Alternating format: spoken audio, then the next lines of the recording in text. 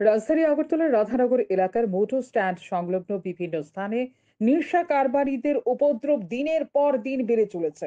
নেশা কারবারিদের উপদ্রবের কারণে অতিষ্ঠ হয়ে উঠেছে স্বাভাবিক জনজীবন।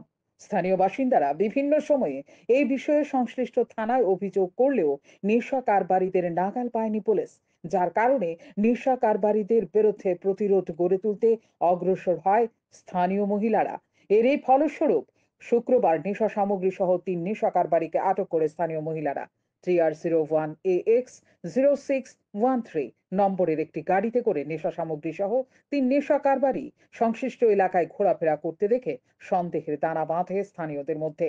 স্থানীয়রা এই গাড়িটিকে আটক করে ৩ নেশা কারবারির কাছ থেকে প্রচুর পরিমাণে নেশা সামগ্রী আটক করে।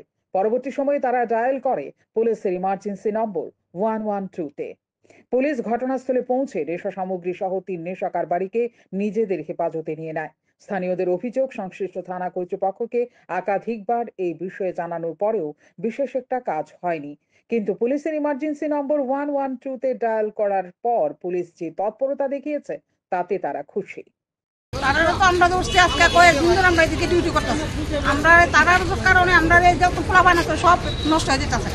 এলাকা আমরা নিজেরা ভূমিকা করছি যে আমরা নিজেরা দৌড় দৌড়া দিই তারা কি করেন দেয় উপরে দেয় তো পুলিশ প্রশাসন আইয়া যায়, তারা তো নিচে কোনো খেয়াল করে না, নিচে লক্ষ্য করে না। আমরা নিজেরা দেখে আমরা ধরছি, ধরুন আমরা কাছে যাওয়া হয়েছে। শুধুমাত্র রাধানগর এলাকা নয়, রাজ্যের বিভিন্ন প্রান্তে এই মুহূর্তে নেশা কারবারিদের দৌরাত্ম্য বেড়ে যাওয়ায় ব্যতিব্যস্ত হয়ে উঠেছে সাধারণ মানুষ। সান্দন টিভি।